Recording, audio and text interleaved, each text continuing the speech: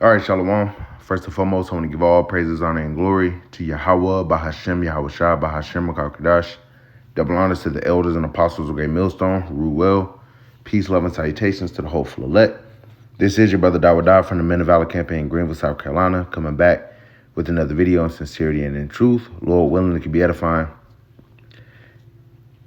And this is a heavy video, this is going to be a heavy video through the spirit, man. Looking ahead to 2026. All right, we got like a month and a half left in 2025, and it's been a hell of a year. All right, Trump has been in office. Trump has successfully managed to piss off, like 90% of the world population in some way, shape, or form. And the Economist, has put out this picture, which brothers have been sharing in the chat. I saw it, and then when brothers sent it in the chat, man, I was like, yeah, I got to do a video.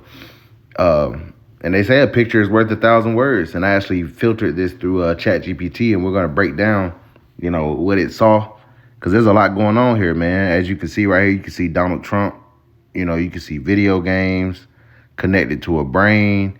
You can see cargo ships. You can see missiles. You can see, looks like that Blue Origin spacecraft. You see warheads. You see American flag. You see satellites. And it looks like the satellites are giving off... Damn, man. See, man, there's so much in this picture.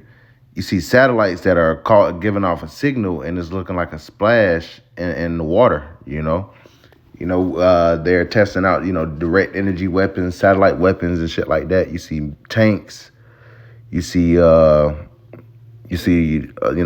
guy kicking like a soccer ball. The World Cup is supposed to go down next year. You see swords crossing. You see fucking financial charts. You see money cracking. You see a syringe. Man, there's so much in this picture, man. You see ships. You see 250 because America turns 250 next year. And we already know, nations don't really last too long after that. So, 2026 could very well be the year. The year that all hell finally breaks loose. The year that all the prophecies, the remaining prophecies, end time prophecies come to pass.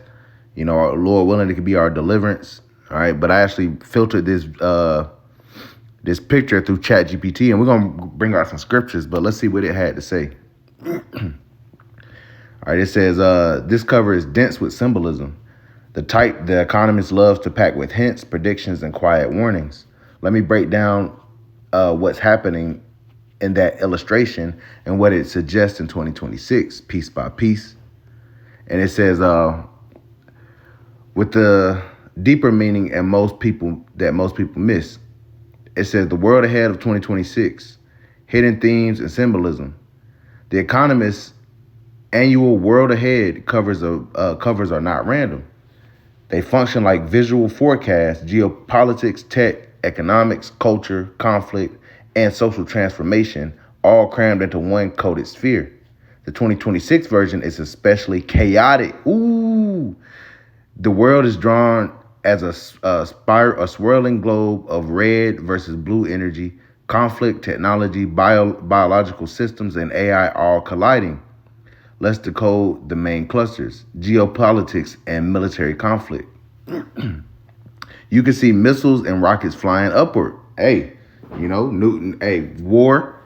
All right, war is coming, and ultimately we know World War III is going to end in a nuclear destruction. So it says a tank, also meaning war, a clenched fist rising from the middle, the rise of the beast system, a totalitarian government, a world government, and they're going to, push their MOTB. Satellites buzzing around the edge. I noticed that as well. Warships. It says these suggest ongoing militarization, space becoming the next battlefield. Ooh, hey, the war in heaven. Well, the war in heaven, man. They know what's going on. The U.S., China, and Russia intensifying the arms race.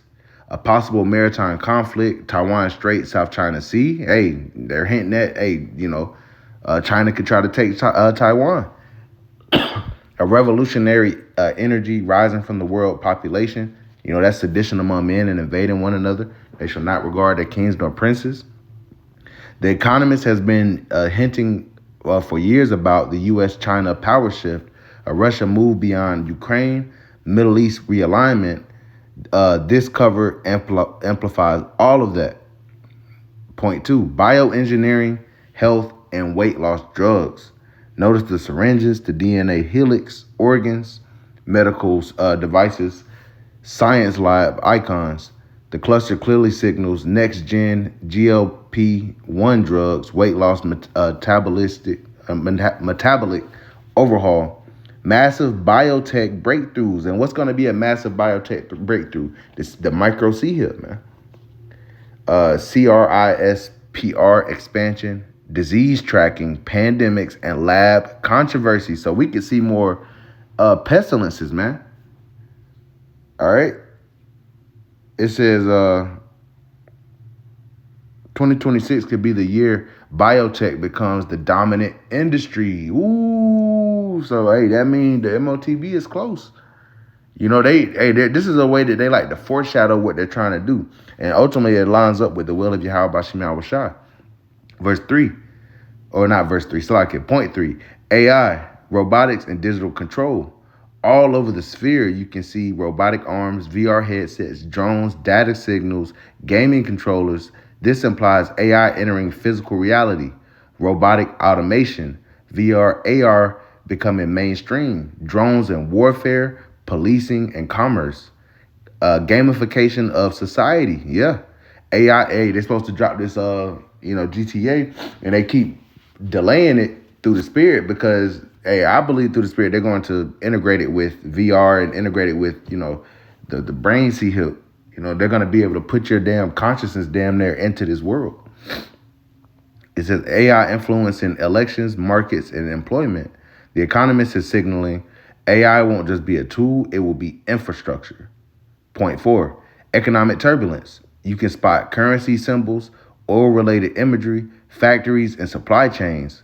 Translation, supply chains shifting permanently. Inflation, deflation cycles. The dollar is going to continue to weaken, causing inflation and eventually hyperinflation, which is going to be the catalyst to be able to bring about this new system. Energy shocks, deglobalization continuing, a potential financial crisis brewing. 2026 could be the year markets reprice reality. Ooh. Point 5. Global sports and culture. The football soccer kicker at the bottom right is deliberate. I had saw that. 2026 will host the FIFA World Cup in U.S., Canada, and Mexico. One of the biggest global cultural moments of the decade. The cover suggests sports becoming political, sports and nationality and money converging, social unity and division being both amplified. Social upheaval and human identity.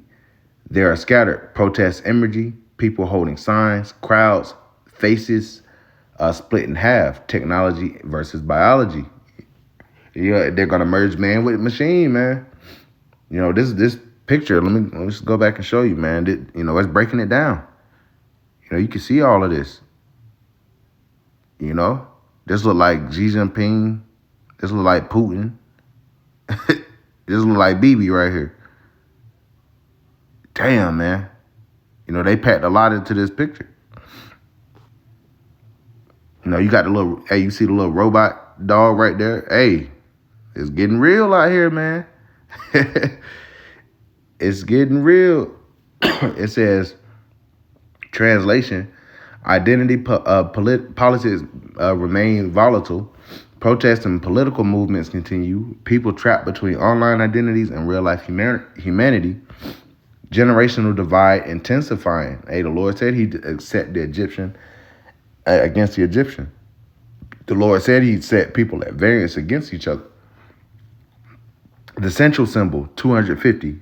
This is probably America's 250th birthday. You got 1776 to 2026. A major theme. Around the 250, you see weapons, technology, confetti, chaos. The Economist seems to be saying America's 250th year will be turbulent, contested, yet globally pivotal. Ooh. Overall message. Chaos, controlled chaos. This is a world heating up, getting faster, getting more digital, more polarized, more automated, more weaponized, more unpredictable. And 2026 may be the year that chaos becomes system instead of episodic. That's heavy. So they saying, hey, it's about to, man, shit is about to get real totalitarian.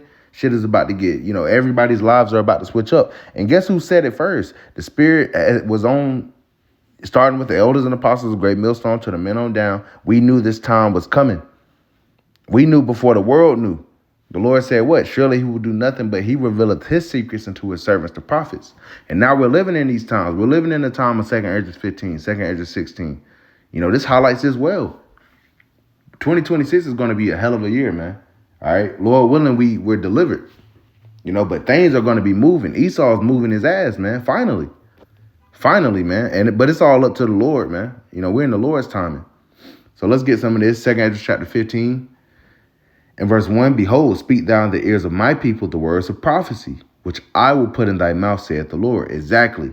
We're all about prophecy. You got these guys out here, going backwards, changing their doctrines, doing this, doing that, trying to heat themselves, teachers, having itching ears,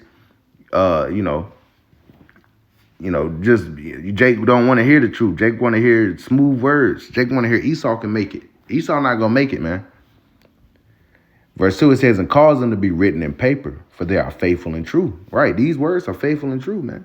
They're coming to pass. These words that were written thousands of years ago are playing out right before our very eyes, man. And that strengthens our faith. Verse 3, fear not the imaginations against thee. Let not the incredulity of them trouble thee that speak against thee. For all the unfaithful shall die in their unfaithfulness. Hey, if you don't believe, hey, your ass is dead. And you're going to have a lot of our people that refuse to return yet to Yahweh Bashim Yahushua in truth, man. Verse 5, behold, saith the Lord, I will bring plagues upon the world. And this verse highlights this very well. All right. Verse 5. Again, behold, saith the Lord, I will bring plagues upon the world, the sword, famine, death, and destruction. For wickedness have exceedingly polluted the whole earth, and their hurtful works are fulfilled. Verse 7. Therefore saith the Lord, I will hold my tongue no more as touching their wickedness, which they profanely commit. Neither will I suffer them in those things in which they wickedly exercise themselves. Behold, the innocent and righteous blood crieth unto me, and the souls of the just complain continually. Yeah. Hey, so the Lord is finally visiting this place, and he visited it through judgment. The Lord is a power of war. He's got these nations nipping at the bit to fight each other. And it's going to end in a nuclear destruction of America. Verse 9. Therefore saith the Lord, I will surely avenge them and receive unto me all the innocent blood from among them. Behold, my people is led as flock to the slaughter, so-called Negroes, Latinos, and Native Americans. I will not suffer them now to dwell in the land of Egypt. And this is speaking about a spiritual Egypt, like it says in Revelation. Spiritual Sodom, spiritual Egypt. That's speaking about America. Verse 11. But I will bring them with a mighty hand and a stretched out arm, and smite Egypt with plagues as before. See? And will destroy all the land thereof. That's how we know it's speaking about America. Verse 12. Egypt shall mourn, and the foundation of it shall be smitten with the plague and punishment that the Most High shall bring upon it. And Lord willing, 2026 is that year. Verse 13. They that till the ground shall mourn, for their seed shall fail through the blasting and hail and with fearful constellation. Verse 14. Woe to the world and them that dwell therein. Destruction. All right. Now is the time that the Lord is about to judge this place. Verse 15. For the sword and their destruction draweth nigh. And one people shall stand up and fight against another, and swords in their hands. And we saw some of that. It mentioned uprisings and stuff like that. Verse 16, for there shall be sedition among men and invading one another. Because of famine, because of, political discourse. Right? The Lord setting the Egyptian against the Egyptian. These people, that were supposed to come together and be friendly, kumbaya ass niggas, they're about to fight each other. They're about to be at odds against each other. It says, in invading one another, they shall not regard their kings nor princes, the governments, the king of Babylon himself, Trump. All right. MAGA's already turning on them, man. It says, in the course of their actions shall stand in their power. Verse 17, a man shall desire to go into a city and shall not be able, because it's going to get so bad that they're bringing about this controlled chaos. They want people to react so they can bring in authoritarianism. If I'm using that correctly, they're bringing about a totalitarian, authoritarian state. They're going to issue martial law. They're going to break these different states up into 10 FEMA regions. Verse 18, for because of their pride, the city shall be troubled, the houses shall be destroyed, and men shall be afraid. A man shall have no pity upon his neighbor, but shall destroy their houses with the sword, and spoil their goods because of the lack of bread and for great tribulation. So this is what we see going down, man. This is things are happening, and now the world, is mirroring that. They didn't put this out for no reason. They didn't. You look at this at face value, like as you look at the deep spiritual meaning of it, man. Hey, this represents the Lord speeding up, the time, or maybe not speeding up the time. Let me not say it like that, but shortening the days for the elect's sake, because it's about to get bad, man. And best believe Jacob's trouble is tied up in the midst of all this, because they still have these ICE raids and stuff going on, and they not only are they going after the Northern Kingdom, they're going after the Southern Kingdom. Trump has a privatized military, a radicalized military. So things are happening, and Lord willing, all hell breaks loose. Because when all hell breaks loose, and the stability of this place absolutely defaults, all right, that's when the men of Yahweh Shem Yahushua are going to rise. The Lord is going to exalt us, all right, not for our pride or anything, but to exalt him. He's going to make sure we good. He's going to make sure we eat, we drink, that we're merry hearted. All right. The Lord is not a power that he should lie. So when the world is out here in turmoil, we're going to be stable. Like the scriptures say, wisdom and knowledge shall be the stability of thy time and strength to salvation. While the world is in turmoil. Why? Because we're at the end of this bitch, man. And we're at the beginning of our salvation, the beginning of our eternity, the beginning of the kingdom of Yahweh Shem Yahushua reigning on earth. This is what this all leads to. These people don't know that, but we understand it. So what's happening, man? So Lord willing, is edifying. I want to give all praise, honor, and glory to Yahweh, Bahashem, Yahushua, Bahashem, Makakadash, and double honors to the elders and apostles of Great Millstone who rule well. Peace, love, and salutations to the hopeful elect. Till next time, Shalom.